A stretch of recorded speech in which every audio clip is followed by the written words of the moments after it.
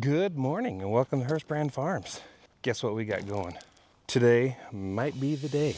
Got a couple things to clean up here on this combine, and we might start harvest of our wheat.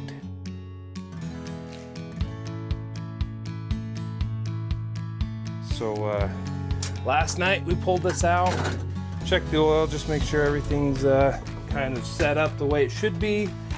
Not a lot we need to do because we are fairly good about our winter maintenance, but there are a couple things like a little drain spot that's on our, what is this, on the grain tank. Anyways, I need to open this up so I can drain any water. I washed this up a little bit last night. It's almost time for wheat harvest. We're about a week ahead of where we were last year, which is neither here nor there. It's going to work out well for us because we have some earlier potatoes to harvest. So this will get us hopefully done with wheat earlier than expected, and then we can really focus on potato harvest. Come on. There we go. And of course, it's all plugged up in there. Yuck. Yuck.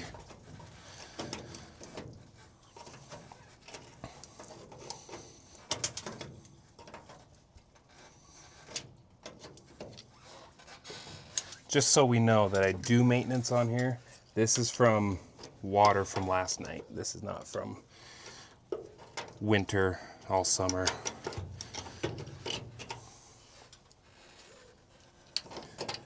I shouldn't have left it in overnight, but I did. But this combine's stored in a shed, so this isn't that old of a nasty concoction of water and whatever else is in there. Well, we got all the panels in place, all the little plugs, drain slots, whatever you want to call them. I think we're ready to head out to the field, but that doesn't mean we're going to be going just yet. We got to go out to the field, and then we got to come back and get the header trailer. Hopefully I have a ride coming for me soon. We're going to get the header trailer, and then I have to start shuffling some trucks. I guess we got to do a test cut first, make sure our moisture's good. Grain cart's there. It's pretty well ready to go. So possibly, first day of harvest, if it's dry enough. Let's get moving, see what happens. Header's here. Let's go make ourselves a test cut. I'm gonna set this camera down. Let's see if we can get a good visual of the old header hookup.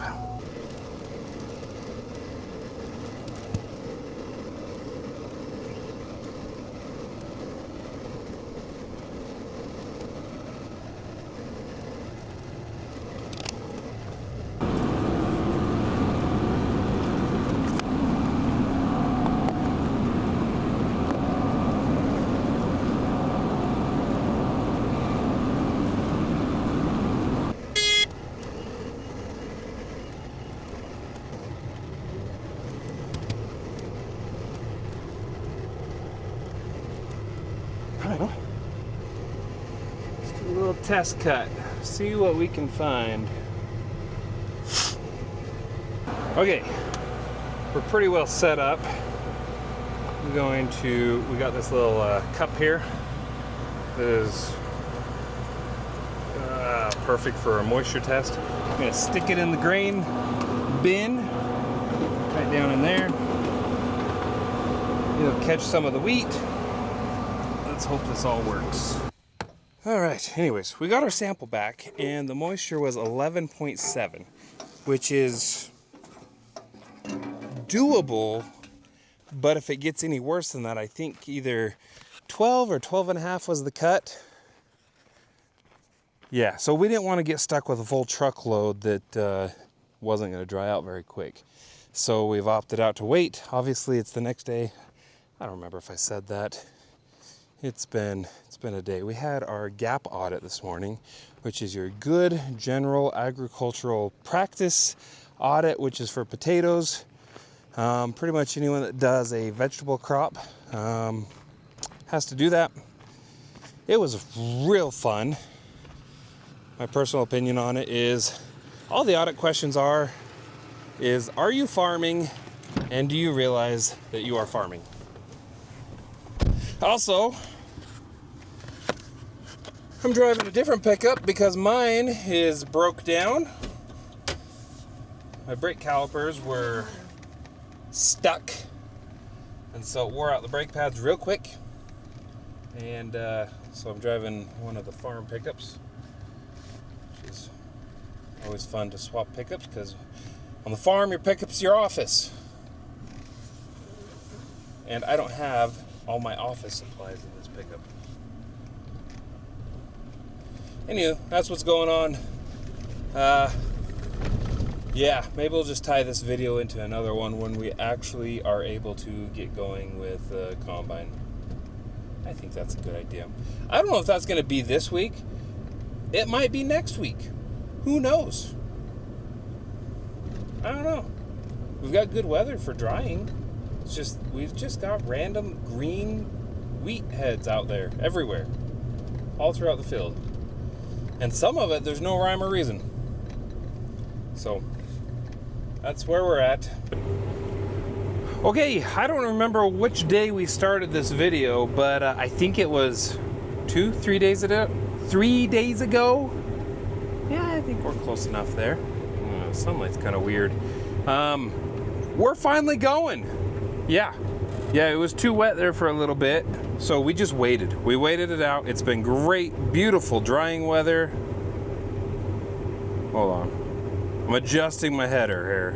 But anyways, we waited. It was 11.7, which is kind of borderline, a little bit too wet. And that's the kernels we're talking about, the kernels. Those guys back there, those kernels. It was a little too wet. We waited 3 days. We're still kind of pushing it. We've switched, we're on a third field today. That's what happens when you farm small farms. And anyways, everything's going really good now, and I'm really happy with it. So yeah, the wheat's been looking good.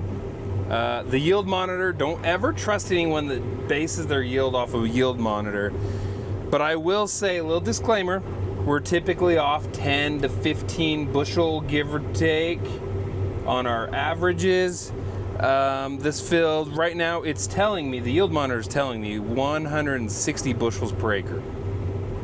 The header's completely full. It could be true, could be false. It's gonna be within 10, 15 bushel, which is really good because that's above average. I would say our average for us on our farm, about 125 to 135, give or take.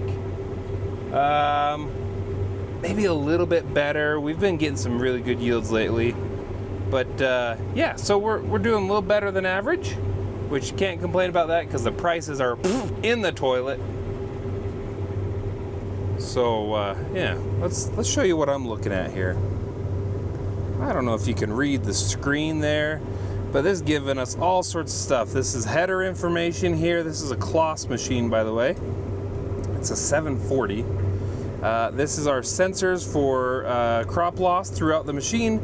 So this one's the rotors, the spinny drums that are pushing the straw out the back. This one is your tailings, just telling you how much dirty grain you have coming back through the system. This one's your sieve loss sensor. And I might be, I don't know, I wonder if we're off on that because I'm not seeing anything. Maybe I'm not pushing the machine hard enough. That could also be it. But anyways, yeah, engine load. Oh, we can switch over here. This switch is this little guy here. Yeah, you see all sorts of stuff. Then we got our GPS here. I wish we had a yield monitor tied into this, or the yield monitor thing unlocked on here. We need to get that. But this is our first year ever with a GPS, and I gotta say, I don't know why we haven't done it sooner. Well, I know why we didn't do it with our last combine, because it just was gonna be a stupid amount of money to make it work without the little steering wheel deal. So the lock-on that turns your steering wheel physically, not like internally. But yeah, wow, best thing ever. Okay, enough of me talking. Maybe you guys want to watch some harvesting action.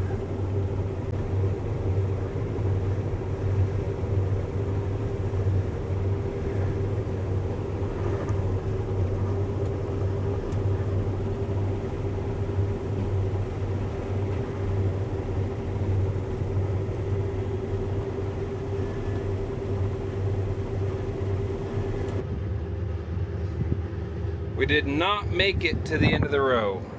You can see the end was just right there. That's a good thing. That's actually a good thing. Didn't make it all the way.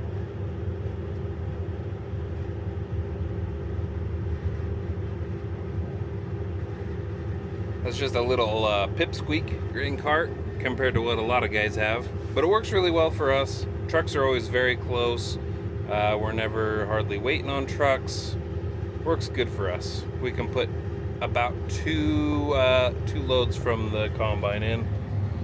You can see a reflection of me, obviously, but the grain coming out of the grain tank.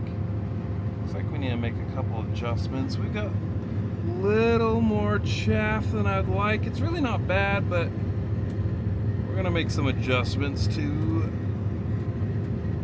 Oh, actually, that's not bad. Might turn up the fan, so yeah, I need to get out and show you. And show you how a combine works. We'll do that shortly. I'm gonna finish unloading here onto the grain cart. He's gonna go dump onto the truck.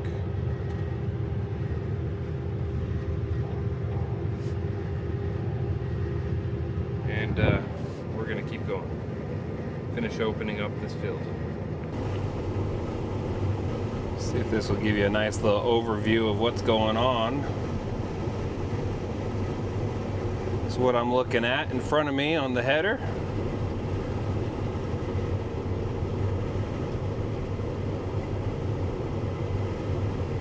So I don't know if you knew this or not, but the thing that's spinning around right here, that's called the reel. And the reel, the whole purpose of the reel is to put back pressure onto the knife so it can push the wheat into the header. And then we have the auger here that obviously is sliding everything to the middle. And then there's knives, cutters at the bottom. And then under that is a chain that is feeding into the machine. Pretty simple. Anyway, as you can see, there's the auger coming out the top. I believe this bin here will hold 225 bushels. I think it's 225 bushels. Okay, back to how the combine works. So we're pulling in the wheat. It takes a chain, takes a ride up to a steel drum that is spinning really fast. I'm not exactly sure the names on this. If it was on a case, it would be called an accelerator. It's just speeding things up and trying to keep things going, flowing into the machine. Turn off my auger here. And then on a closs, which is a little different than John Deere or Case, honestly, the way they're designed. This one has a threshing drum, which is basically right between the two tires, and it goes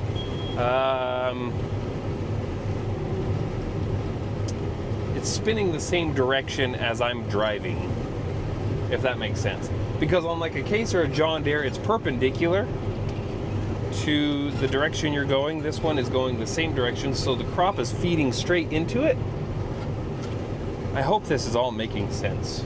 And like I said, I will try to get a diagram posted on this video to see if that will help, or if we get flagged for that. Hopefully we don't.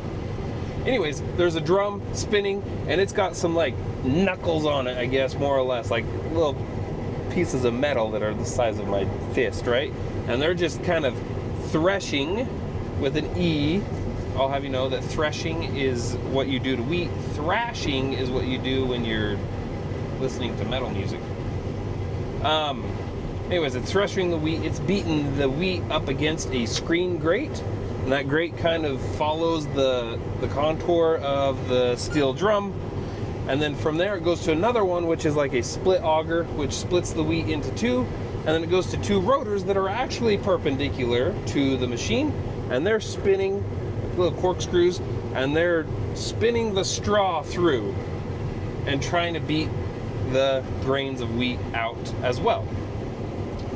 Meanwhile, the wheat is falling onto a plate that is shaking and pushing the wheat through, trying to make it as even as possible, and then it gets so far and it goes over the top of a fan, and the fan is trying to blow the light stuff, the shell or the leaves, if you will, that are around the wheat, the little tassel looking things that are on the wheat heads. It's trying to blow that stuff up and over. Meanwhile, the heavy grain will fall through these grated slats. They'll fall down into an auger that runs to the cross over here, and then up into the tank.